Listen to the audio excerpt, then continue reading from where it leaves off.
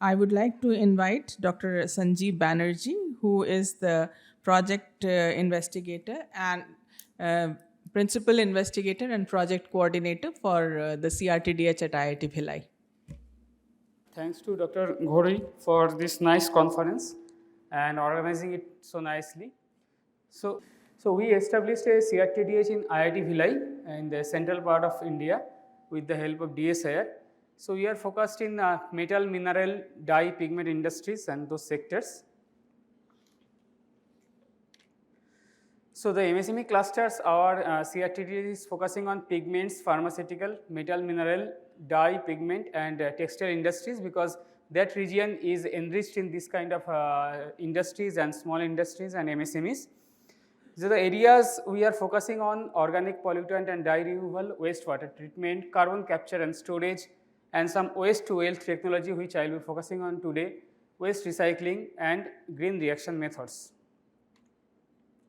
So these are some of the facilities we have set up, and it is currently under operation: ICP OES and 4-port globe box for making samples. Our multi-top MS is coming very soon.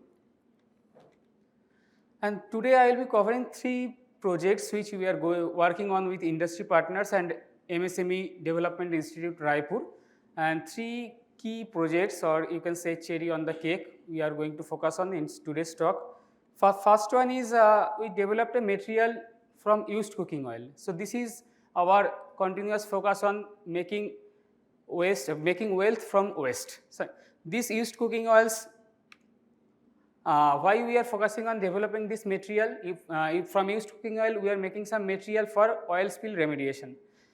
If you can remember that a few years back there was a major oil spill in Chennai sea areas, right?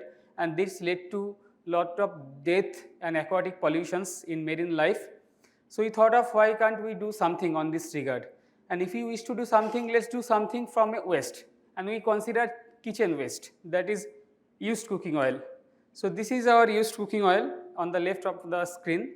We took this oil, we took different kinds of oil starting from mustard oil, soya oil and palm oil, and then we developed a technique along with the industry partner to make some porous materials out of it, right? And these porous materials were subsequently employed. Where these porous materials are characterized, we made different batches. I am just showing 3 batches.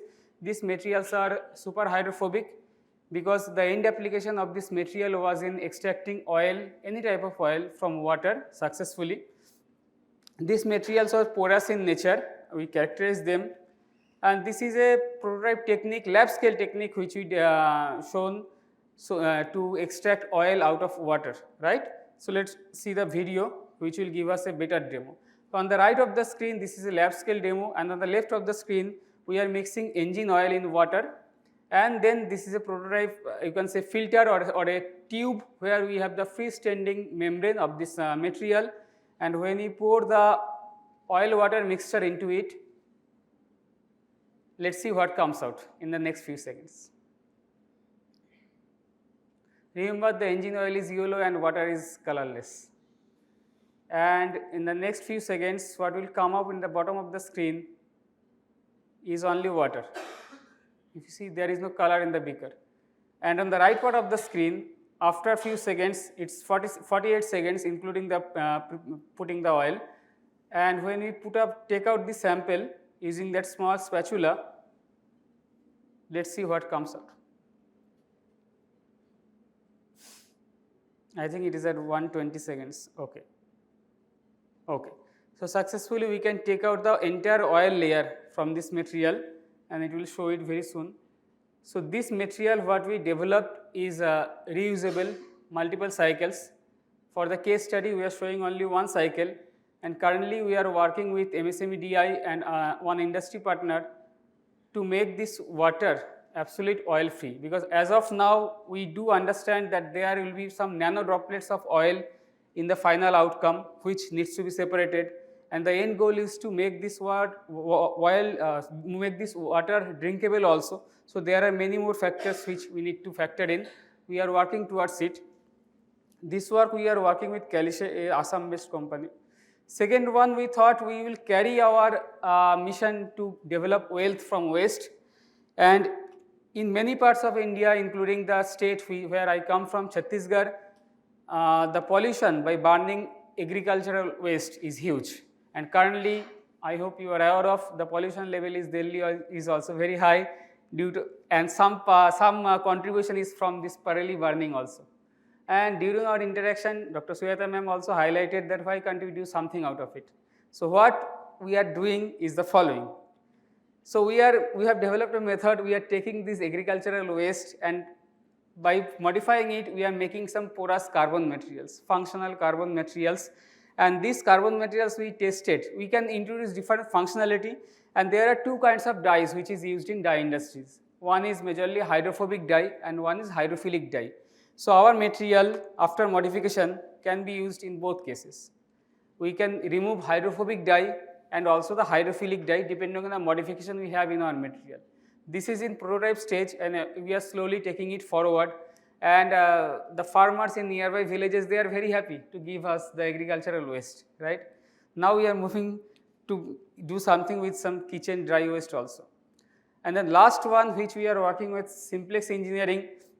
So in our region there is a big steel plant, Bhillai steel plant. They are making steel and lots of steel for Indian Railways. They are the major producer of steel. And they are using some hydrogen which are grey hydrogen, right? So we are working on developing some green hydrogen for them to make green steel at the end of the day. This project is at the very initial stage, but I thought of we mention it. So these are different kinds of hydrogen which are used. Some are grey hydrogen, blue hydrogen, brown hydrogen, hydrogen and green hydrogen. So our focus is whether we can make green hydrogen out of this, right? And this green hydrogen can give you end-to-end product and lead to a lower carbon footprint or carbon neutral economy one day. So this is a prototype by which we are making this green hydrogen at a low scale, and this the entire setup is being deployed in Bhillai steel plant at a low scale, and we are testing it to understand its efficiency and other things, and slowly we'll move forward with this. Maybe in the next year when I come back for the DSIR conclave in some other places, we will have more results out of this. Along with this, what I have not mentioned, that we are hand-holding the MSMEs, giving them technical know-hows. We have conducted workshops and other things for them also. And there are very small industries.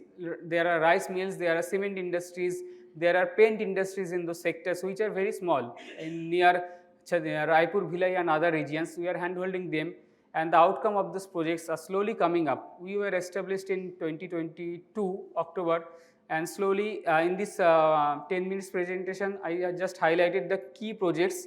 There are many more projects going on which will be coming up, and these are some industry partners with whom we are working on. Multi Nanosense, we are working on to develop some sensors for hydrogen. The Calice Global, we are working on carbon capture and the oil water, and Simplex Engineering we are working on to develop the green hydrogen. And this is a view of our new campus. We recently moved 2 months back, and I invite you to visit there when you have time to visit Central India. And thank you for the opportunity and listening to us. Thank you.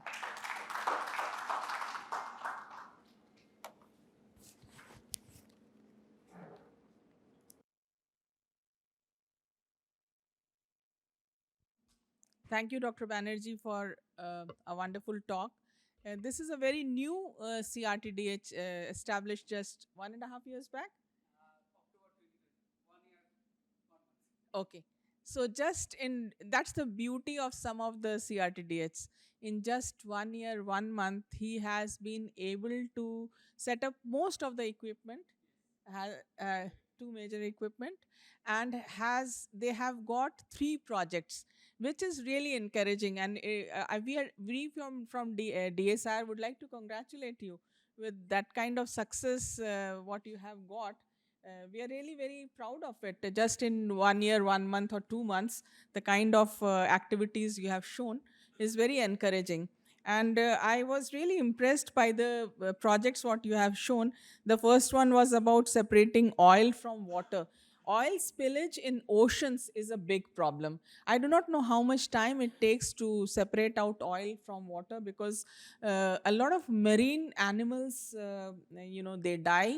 That's not very good for the environment also. So if you have some effective methods of, separating out oil in a large scale, I'm sure that's at the lab scale at the moment, but something, if you can think about, which can be used, because enzymes are often used in the industrial sector to, remove oil spillage. But in the oceans, if you have to remove that kind of oil spillage, which happens sometimes, that would be great. And the second one, you talked about the parali and all those, making tiles of from those things. But if you can have it at a large scale, like if you scale it up and can influence the government of those particular states from where this kind of problem is originating, then I think that would be something which will talk about technologies affecting our lives in a big way and helping the society, I would say. So thank you very much, Dr. Banerjee, for your presentation.